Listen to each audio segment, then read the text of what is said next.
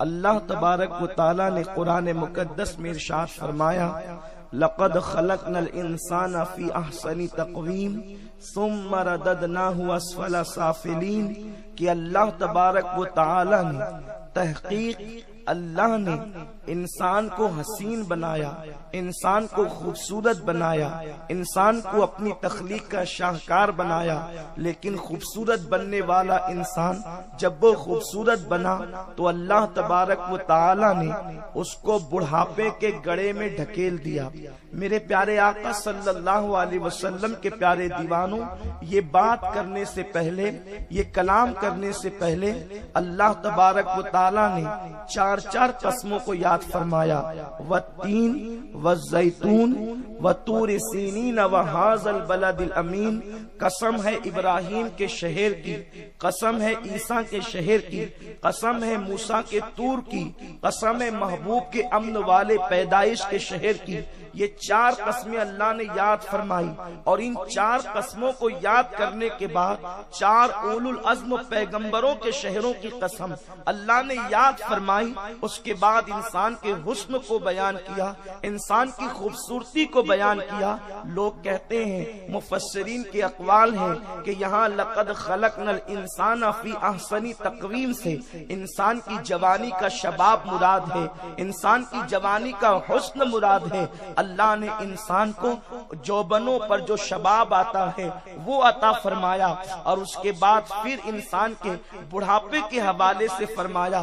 رب نے ایک متعینہ مدت کے لیے انسان کو خوبصورت جوانی عطا کی، رب نے ایک مقررہ مدت کے لیے انسان کو حسین جوانی عطا کی، حسین جوانی کے لمحات عطا کیے، اور اس کے بعد پھر میرے کریم نے اپنی حکمت بالغہ کے تحت انسان کو بڑھاپے کے گڑھے کے اندر ڈھکیل دیا۔ میرے پیارے آقا صلی اللہ علیہ وسلم کے پیارے دیوانوں، اس سے پتہ چلتا ہے کہ انسان کی جوانی کی اہمیت کیا ہے۔ میرے پیارے آقا صلی اللہ علیہ وسلم کے پیارے دیوانوں، دنیا کے کسی بھی قوم کا جوان ہو، قوم کا جوان قوم کا سرمایہ ہوتا ہے، قوم کا اثاثہ ہوتا ہے۔ جس قوم کے جوان اپنے آپ کو قوم کے حوالے سے حساس کر لیتے ہیں، متحرک کر لیتے ہیں، فعال زندگی کو اختیار کر لیتے ہیں، اس قوم کی تاریخ سنہری حروفوں سے لکھی جاتی ہے۔ اور جس قوم کے نوجوان اپنی قوم کے مفاد کو پیٹ کے پیچھے ڈال دیتے ہیں، اس قوم کو صفحہ ہستی سے مٹا دیا جاتا ہے۔ میرے پیارے آقا صلی اللہ علیہ وسلم کے پیارے دیوانوں، شاعر مشرق، مفکر قوم ڈاکٹر اقبال فرماتے ہیں، عقابی روح جب بیدار ہوتی ہے جوانوں میں نظر آتی ہے ان کو اپنی منزل آسمانوں میں۔ نہیں تیرا نشیمن قصر سلطانی کے گنبد پر، نہیں تیرا نشیمن قصر سلطانی کے گنبد پر، تو شائی ہے بسیرا کر پہاڑوں کی چٹانوں میں۔ میرے پیارے آقا صلی اللہ علیہ وسلم کے پیارے دیوانوں، آج نوجوانوں کی فکر تبدیل ہو چکی ہے۔ مغربی لٹریچر نے اور الیکٹرانک اور پرنٹ میڈیا نے ہمارے جوانوں کی سوچ کو معطل کر دیا ہے، ہمارے جوانوں کی سوچ کو زنگ آلود کر دیا ہے۔ لوگ کل تک کہتے تھے مسلمانوں کی تلواریں زنگ آلود ہو گئی ہیں، اگر تلواریں صرف زنگ آلود ہوتی تو ہمیں اتنا احساس نہ ہوتا۔ اب فکر بھی زنگ آلود ہو چکی ہے، اب سوچ بھی زنگ آلود ہو چکی ہے، اب فکر بھی معطل ہو چکی ہے۔ تلواروں کے زنگ آلود ہونے سے اتنا نقصان نہیں ہوتا جتنا فکروں کے زنگ آلود ہونے سے نقصان ہوتا ہے۔ اقبال کہتے ہیں قوت فکر عمل پہلے فنا ہوتی ہے، پھر کسی قوم کی شوکت کو زوال آتا ہے۔ میرے پیارے آقا صلی اللہ علیہ وسلم کے پیارے دیوانوں، سوچ اتنی بدل چکی ہے، سوچ اتنی تبدیل ہو چکی ہے۔ جوانی کا مطلب کیا؟ جوانی کا مطلب سیر و تفریح، جوانی کا مطلب پارکوں میں گھومنا، جوانی کا مطلب نیٹ پر پوری راتوں کو گزار دینا، جوانی کا مطلب موبائل کو ہاتھ میں رکھ کر پورے وقت کو گزار دینا، جوانی کا مطلب کالج کے زینے پر قدم رکھتے ہی حسن کا متلاشی بن جانا، جوانی کا مطلب ناولوں کو پڑھنا، جوانی کا مطلب سیریلوں کا دیکھنا، جوانی کا مطلب فلموں کا دیکھنا، مغربی تہذیب میں ڈوب جانا۔ لیکن سنو، وہ کسی آوارہ جوان کی فکر ہو سکتی ہے کہ کالج کے زینے پر وہ حسن تلاش کرتا ہے۔ مومن کی جوانی حسن کے پرستار نہیں ہوتی. مومن کی جوانی کا مطلب خالد بن ولید ہے. مومن کی جوانی کا مطلب محمد ابن قاسم ہے. مومن کی جوانی کا مطلب طارق ابن زیاد ہے. مومن کی جوانی کا مطلب قاسم ابن حسن کی جوانی ہے. مومن کی جوانی کا مطلب ہم شبیہ مصطفیٰ علی اکبر کی جوانی ہے. یہ وہ جوانی ہے جس نے زمانے میں انقلاب پیدا کیا ہے. میرے پیارے آقا صلی اللہ علیہ وسلم کے پیارے دیوانوں، جس مہم کو بھی سر کرنا ہوا میرے آقا نے جوانوں کو آگے بڑھایا. میرے رسول سے بڑھ کر ماہر نفسیات نہ کوئی ہوا ہے نہ ہو سکتا. آقا کریم صلی اللہ علیہ وسلم کی بارگاہ میں جب مدینہ منورہ والوں کا وفد آیا، ابھی مدینہ نہیں ہوا تھا. ابھی مدینہ منورہ نے میرے رسول کے قدموں کو نہیں چوما تھا. ابھی مدینہ یثرب کہلاتا تھا. یثرب کے لوگ آتے ہیں، آقا ہمارے علاقے میں آپ کوئی مبلغ دیں. میرے سرکار نے کسی بوڑھے کو نہیں بھیجا، بلکہ سرکار نے اپنے نو عمر جوان صحابی حضرت سیدنا مصعب ابن عمیر کو بھیجا. کون مصعب؟ جانتے ہیں آپ، ہم نے تو لباس ہی کو سب کچھ سمجھ لیا. شارٹ شرٹ اور جنس پہن کر یوں لگتا ہے جیسے ہم زمین پر ہی نہیں ہوں. آج سے 1450 سال پہلے مصعب اس مالدار ماں کے بیٹے کا نام ہے کہ پورے مکے میں ان سے بہترین اور قیمتی لباس کوئی پہنتا نہیں تھا. اور مصعب جوانی میں اور شباب کے عالم میں ایسی خوشبو استعمال کرتے تھے کہ جب مصعب مکے کی گلیوں سے گزرتے تھے تو گھر کے اندر عورتیں باتیں کرتی تھی، شاید عمیر کا بیٹا مصعب جا رہا ہے، اس لیے کہ اس سے زیادہ قیمتی خوشبو مکے میں کوئی استعمال نہیں کرتا. لیکن جوانی دیوانی ہو گئی. کس کی؟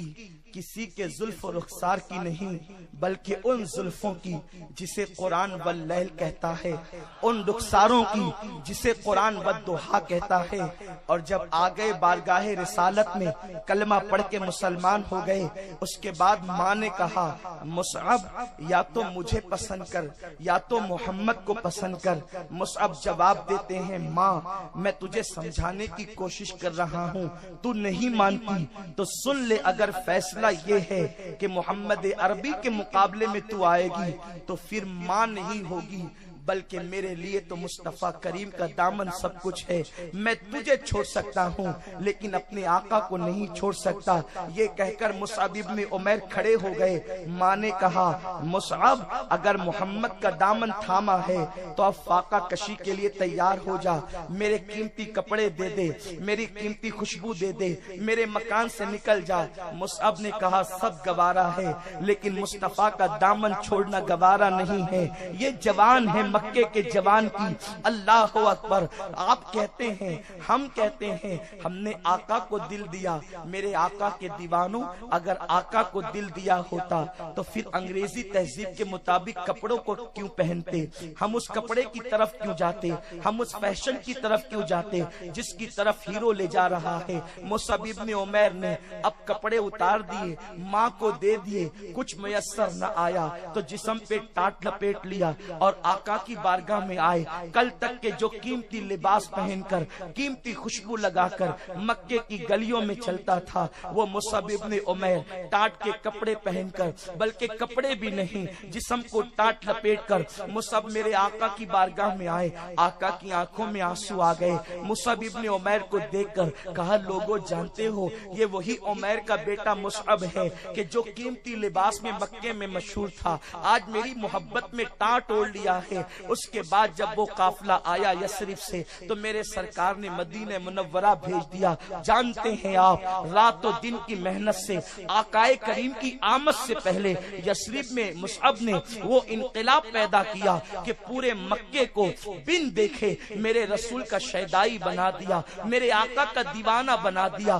لوگ کہتے ہیں آقا کی آمد سے پہلے لوگ چھتوں پر چڑھ کر کے جھانکتے تھے، مصطفیٰ آ تو نہیں رہے ہیں. میں تم سے پوچھ پوچھتا ہوں آخر یہ ذوق کس نے پیدا کیا تھا، یہ شوق کس نے پیدا کیا تھا، یہ درد کس نے پیدا کیا تھا کہ وہ چھتوں سے جھانک جھانک کر کے اپنے ہاتھوں کو آنکھوں پر رکھ کر کے دیکھتے تھے آقا کب آئیں گے، آقا کب آئیں گے۔ یہ جو تڑپ پیدا کی تھی یہ مصعب ابن عمیر کی رات و دن کی کوششوں نے پیدا کی تھی۔ یہ مصعب ابن عمیر ہے جس نے آقا کی آمد سے پہلے مدینہ منورہ کی سرزمین کو اتنا ہموار کر دیا تھا کہ آقا کریم خود فرماتے ہیں، جذب القلوب کی روایت ہے، شیخ عبدالحق محدث دہلوی فرماتے ہیں کہ اور شہر خاص طور پر مکہ مکرمہ، خود مکہ جو ہے وہ فتح ہوا تو تلواروں سے فتح ہوا، اور مدینہ فتح ہوا تو قرآن کی آیتوں سے فتح ہوا۔ میرے پیارے آقا صلی اللہ علیہ وسلم کے پیارے دیوانوں، وہ کون تھا جو قرآنی آیتیں پڑھ پڑھ کر اہل مکہ کے دلوں کو فتح کر رہا تھا؟ تو وہی نو عمر صحابی، وہی نوجوان صحابی حضرت مصعب ابن عمیر رضی اللہ تعالیٰ عنہ تھے۔ اللہ اکبر! آپ دیکھیں، ہم قرآن مقدس کو ایک ساتھ جمع دیکھتے ہیں اور کتابی شکل میں، مصحف کی شکل میں دیکھتے ہیں۔ جس وقت صدیق اکبر کے زمانے میں اللہ اکبر 700 حفاظ قرآن صحابہ شہید ہو گئے تو صدیق اکبر نے قرآن مقدس کو جمع کرنے کا فیصلہ کیا۔ وہ ذمہ داری کس کو سونپی گئی؟ ایک نو عمر نوجوان صحابی حضرت زید ابن ثابت کو سونپی گئی۔ آپ غور فرمائیں، قرآن کی جمع کرنے کی ذمہ داری اٹھانے والا کوئی بوڑھا نہیں بلکہ جوان زید ابن ثابت رضی اللہ تعالیٰ عنہ ہے۔ جانتے ہیں آپ، یہاں جوانی کی دہلیز پہ قدم رکھا تو اللہ اکبر شراب و شباب نظر آتا ہے، لیکن حضرت سعد ابن ابی وقاص، اللہ اکبر، میرے آقا صلی اللہ علیہ وسلم کے صحابی سعد ابن ابی وقاص بیان کرتے ہیں کہ میں نے بدر کی جنگ میں اس عمر میں حصہ لیا تھا کہ ابھی میرے چہرے پہ داڑھی کا ایک بال بھی نہیں اگا تھا۔ میں تم سے پوچھنا چاہتا ہوں میرے پیارے آقا علیہ السلام کے پیارے دیوانوں، حضرات صحابہ کرام رضوان اللہ تعالی علیہ مجمعین جوانی کے اندر کیسا کردار ادا کرتے ہیں، دین کی کیسی خدمت ادا کرتے ہیں۔ جب یمن کا قاضی بنانے کی بات آئی، جب یمن میں قاضی مقرر کرنے کی بات آئی تو میرے آقا نے کسی بوڑھے کا انتخاب نہیں فرمایا۔ یہاں میں بوڑھوں کی توہین نہیں کر رہا ہوں بلکہ میں جوانوں کو ایک فکر دینا چاہتا ہوں کہ جوانوں کا کردار اسلام میں کیا ہے۔ یمن کا قاضی القضا جب مقرر کیا تو میرے سرکار نے اپنے نوجوان صحابی حضرت معاذ ابن جبل کو مقرر کیا۔ حضرت معاذ ابن جبل کا وصال تو 33 سال کی عمر ہی میں ہو چکا تھا۔ اب آپ مجھے بتائیں، جو 33 سال کی عمر میں دنیا سے جائے، جب انہیں قاضی بنایا گیا ہوگا تو اس وقت ان کی عمر کتنی رہی ہوگی؟ حضرت معاذ ابن جبل صحابی ہیں اور جوانی میں یمن کے قاضی مقرر کیے گئے۔ اسی طرح ہجرت کی شب بھی تو آپ دیکھیں، آقا کریم صلی اللہ علیہ وسلم کے گھر کے چاروں طرف 70 کفار مکہ کے جوان تلواریں تانے کھڑے ہیں۔ آقا کریم محسوس کرتے ہیں میرے بستر پر کسی کو سلانا ہے تو بستر پر سلانے کے لیے کسی بوڑھے کا انتخاب نہیں کیا جاتا بلکہ نوجوان سید السادات علی مرتضیٰ کا انتخاب کیا جاتا ہے۔ آپ غور فرمائیں، اگر خیبر کا قلعہ فتح کرنے کے لیے کل جھنڈا دینے کی بات کی جاتی ہے تو اس کے لیے کی جاتی ہے جس کے لیے میرے آقا نے فرمایا لا فتح الا علی، لا سیف الا ذوالفقار، علی کی طرح کوئی جوان نہیں اور ذوالفقار کی طرح کوئی تلوار نہیں۔ آپ دیکھیں ابتدا سے لے کر انتہا تک جوانوں کی کوششیں نظر آتی ہے۔ اس کے بعد آپ دیکھیں اللہ اکبر، اندلس کی سرزمین پر طارق بن زیاد چند نوجوانوں کو لے کر کے نکلتے ہیں اور اس سرزمین کو فتح کرتے ہیں۔ اسی طرح آپ دیکھیں 17 سال کا محمد ابن قاسم ہند اور سندھ کی سرزمین پر قدم رکھتا ہے اور یہاں کی سرزمین کو فتح کرتا ہے۔ آپ سے میں پوچھنا چاہتا ہوں، یہ 17، 18، 19، 30 سال تک کی یہ جوانی کے واقعات ہیں، کیا ہمیں دعوت فکر نہیں دیتے؟ کل تک ہماری جوانی کیا تھی، آج ہماری جوانی کیا ہو گئی؟ بس اب ہماری جوانی کالج کی نظر کے لیے رہ گئی؟ کیا ہماری جوانی انٹرنیٹ کے لیے رہ گئی؟ کیا ہماری جوانی موبائل پر چیٹنگ اور چیٹنگ کرنے کے لیے رہ گئی؟ کیا ہماری جوانی واٹس ایپ کے لیے رہ گئی؟ کیا ہماری جوانی ناولوں کے لیے رہ گئی؟ کیا ہماری جوانی لڑکیوں کے زلف رخ رخسار کی باتیں کرنے کے لیے رہ گئی؟ کیا ہماری جوانی آرکیسٹرا کے لیے رہ گئی؟ کیا ہماری جوانی کھیل کود کے لیے رہ گئی؟ ناچ گانوں کے لیے رہ گئی؟ کیا وہ جوان جو 17 سال اللہ اکبر عمر کے جوان اپنے وطن کو چھوڑ کر 7 سمندروں کو پار کر کے جو آپ کے وطن پہ قدم رکھتے ہیں اور اس کے بعد علاقے کے علاقے فتح کرتے ہیں، لوگوں کے دل جیتتے ہیں؟ جوانی کی ابتدا 16 سال سے ہوتی ہے اور جوانی کا اختتام 40 سال کی عمر پر ہوتا ہے۔ اب میں آپ سے پوچھنا چاہتا ہوں، جتنے کارنامے بھی آپ کو نظر آئیں گے، اکثر کارنامے اللہ اکبر طاقت و قوت والے 16 سے لے کر 40 سال کے درمیان کے نظر آئیں گے۔ میرے پیارے آقا علیہ السلام کے پیارے دیوانوں، 40 سال کے بعد بھی خدمت کی گئی، لیکن میرا عنوان چونکہ جوانی ہے، میرے پیارے آقا صلی اللہ علیہ وسلم کے پیارے دیوانوں، دنیا جانتی ہے جس دن مسلم جوان جو ہے وہ آنکھ کھول کر کے بیدار ہو جائیں گے، اس دن ایسا انقلاب آئے گا، یہ بن ایسا ٹوٹے گا کہ پھر زمانہ اس سیلے رواں کو روکے گا بھی تو نہیں رکے گا۔ ہر دن کا اس کے سامنے بہتا ہوا نظر آئے گا، یا ہر بڑی طاقت وقت کی سپر پاور بھی تنکے کی طرح مسلمانوں کے عشق رسول کے سامنے اور ان کے کردار کے سامنے بہتے ہوئے نظر آئے گی۔ اسی لیے دنیا نے ہمارے جوانوں کی فکر کو معطل کر دیا، فکر کو تبدیل کر دیا۔ رات میں مسلح پر رونے کی جگہ نے اب انٹرنیٹ کے گندے مناظر نے لے لیا۔ اللہ اکبر، عراق کی سرزمین پر تڑپتی ہوئی لاشوں کے سرہانے بیٹھ کر روتی ہوئی ماہوں کی آہیں ہمیں آواز دے رہی ہے۔ افغانستان کے کھنڈرات سے نکلتا ہوا دھواں ہمیں دعوت فکر دے رہا ہے۔ بیت المقدس کے معصوم بچوں سے جو ماؤں کی گود خالی ہو رہی ہے اور وہ کربلا ثانی کا منظر پیش کر رہی ہے، وہ ہمیں دعوت فکر دے رہا ہے۔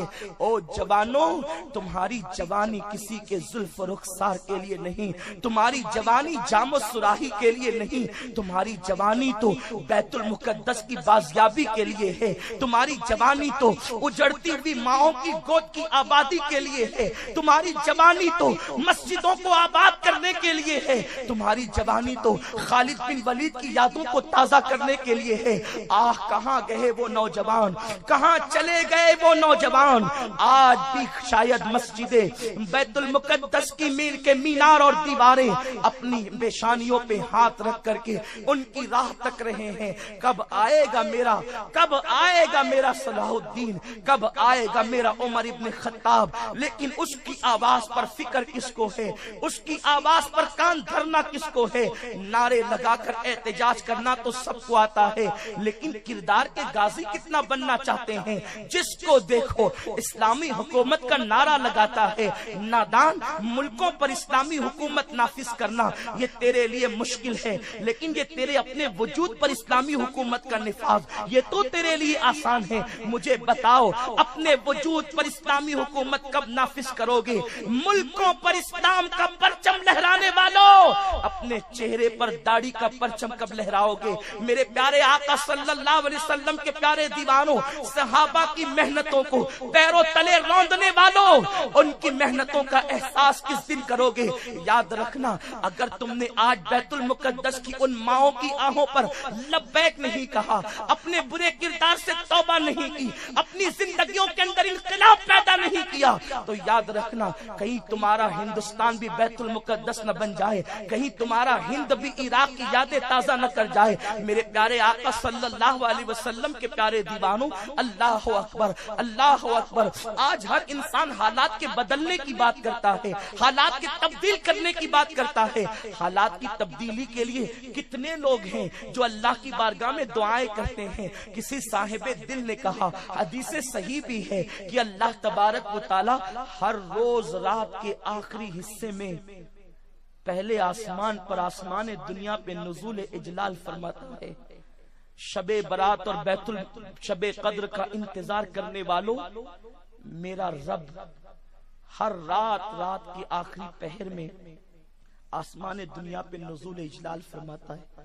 وہ اللہ جو آنے جانے سے پاک ہے، وہ آسمان دنیا پہ نزول اجلال فرماتا ہے۔ وہ کیوں آتا ہے پہلے آسمان پر؟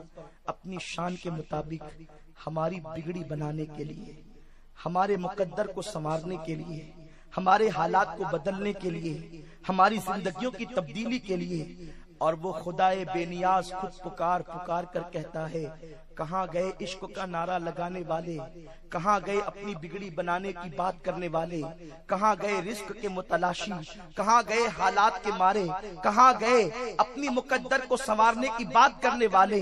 لیکن اس وقت تو حالات یہ ہوتے ہیں، ہم رات کے 3-4 بجے تک جگ کر کے اپنے بستروں پر خواب خرگوش میں سو رہے ہوتے ہیں، اور ہمیں فجر کا احساس بھی نہیں ہوتا۔ وہ بے نیاز خدا، وہ بے نیاز رب اپنی رحمتوں کو ہماری چوکھٹ تک پہنچا دیتا ہے، بلکہ وہ ہماری شہرت سے زیادہ قریب ہے، اور صبح تک وہ پکار پکار کر کہتا ہے، یہ کیا بے رخی ہے، ذرا آؤ بھی تو، مجھ سے مانگو بھی تو، سوال بھی تو کرو تاکہ میں تمہاری جھولی بھر دوں۔ صبح کے اجالے میں نعرے لگانے والے جتنے نعرے دن کے اجالے میں لگاتے ہیں، اگر رات کے آخری پہر میں آنسوؤں کے 2 قطرے مولا کی بارگاہ میں پیش کر کے امت کے حالات کی تبدیلی کی دعا کر دیں، تو میں سمجھتا ہوں کہ شاید نعروں سے زیادہ مؤثر وہ ہماری آنکھ کے 2 آنسو ہوں گے۔ لیکن ہمیں رونا آتا کب ہے؟ ہمیں تو رونا ہیرو اور ہیروئن کی جدائی پر وہ مناظر دیکھ کر ہمیں رونا آتا ہے۔ مصطفیٰ نے طائف میں پتھر کھائے، یہ داستان ہماری آنکھوں کو نہیں رلاتی۔ مصطفیٰ کریم کو 3 سال تک شعب ابی طالب کے اندر قید کر دیا گیا۔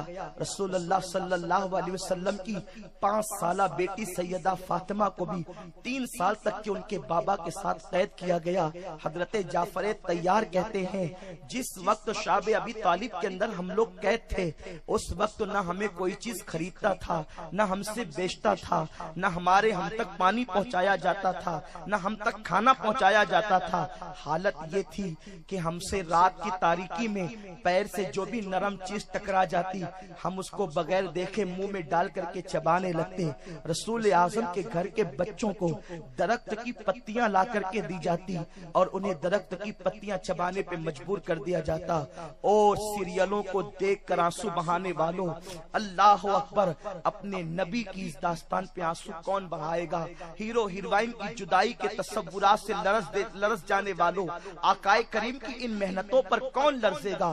زندگی کے لیے خطوط کون متعین کرے گا؟ میرے پیارے آقا صلی اللہ علیہ وسلم کے پیارے دیوانوں، قوم کے حالات بدل سکتے ہیں تو صرف نوجوانوں میں انقلاب آنے سے، نوجوانوں میں تبدیلی آنے سے، نوجوانوں کی فکر بدلنے سے۔ میرے پیارے آقا صلی اللہ علیہ وسلم کے پیارے دیوانوں، کسی مفکر نے، ہمارے پڑوس کے کسی مفکر نے ایک بہت پیاری بات لکھی ہے، لوگوں مجھے انگریزوں کے مغربی تہذیب کے دانشکدوں سے، ان کی تعلیم گاہوں سے، ان کی فکر گاہوں سے ایک آواز آ رہی ہے، اور وہ آواز مستانہ میں نے کرتاس کے ذریعے جو ہے وہ صفحات پر بکھیر دیا ہے، قلم کے ذریعے کرتاس پر صفحہ پہ بکھیر دیا ہے۔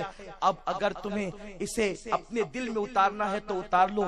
وہ قوم کا مفکر کہتا ہے، انگریزوں کے اور یورپی ممالک کے دانشکدوں سے اور ان کی فکر گاہوں سے ایک آواز آ رہی ہے، او مسلمانوں، تمہارے اب ترقی کے دن ختم ہو گئے، تمہارے عروج کے دن اب چلے گئے، تمہارے علم کے کاسے خشک ہو گئے، تمہارے علم کے دریا سوکھ گئے، اب تم آقا بن کر نہیں جی سکتے۔ اب اگر تمہیں جینا ہے تو ہمارا غلام یعنی مغربی تہذیب کا غلام بن کر کے جینا ہوگا۔ سنو سنو، تم غلام بن چکے ہو، آزادی کی لڑائی لڑنے والوں، تم ہمیشہ کے لیے غلام بن گئے۔ غلامی کا اس سے بڑا ثبوت کیا ہوگا؟ تم لباس بھی پہنتے ہو تو ہماری طرح، تم گھروں میں بھی رہتے ہو تو ہماری طرح، تم کھانا بھی کھاتے ہو تو ہماری طرح۔ ہم نے تمہاری بیٹیوں کو ٹی وی کے سیریلوں کے ذریعے سے ان کے دوپٹے چھین لیے ہیں، ان کے دوپٹے مفلر بن گئے ہیں، موٹے لباس کے بجائے، فاطمی لباس کی بجائے اب تمہاری بیٹیوں کے وجود پر پتلے پتلے اور باریک لباس آ چکے ہیں۔ مائیں بگڑ چکی ہے، ہم ماؤں کو بگاڑ چکے ہیں۔ اب تمہارے گھر میں کوئی کردار غوث لے کر کے پیدا نہیں ہو سکتا، اب تم تمہارے گھر میں کوئی صلاح الدین پیدا نہیں ہو سکتا، اب تمہارے گھر میں کوئی محمد بن قاسم پیدا نہیں ہو سکتا، اس لیے کہ ماں کی گود ہی جب مثل مریم نہ رہی تو کردار عیسیٰ کیسے پیدا ہو سکتا ہے؟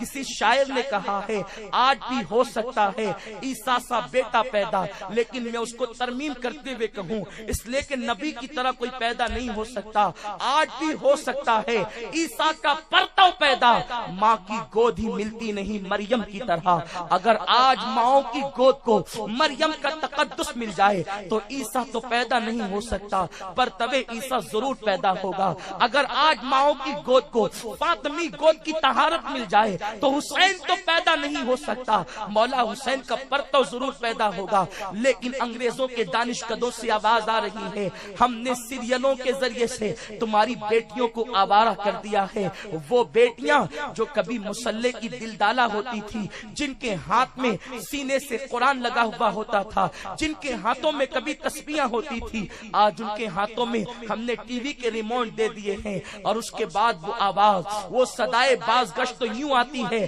سنو سنو سنو سنو، اب تم رات کی تاریکیوں میں اپنے اللہ کو یاد کرنے کی بجائے، اب تم صبح کے اجالے میں توبہ کے لاہوتی نغمے بلند کرنے کی بجائے اب جو ہے وہ تم جو ہے حسن کے اور عشق کے دانشگاہوں میں قدم رکھ کر اپنے آپ کو بالکل معطل کر چکے ہو۔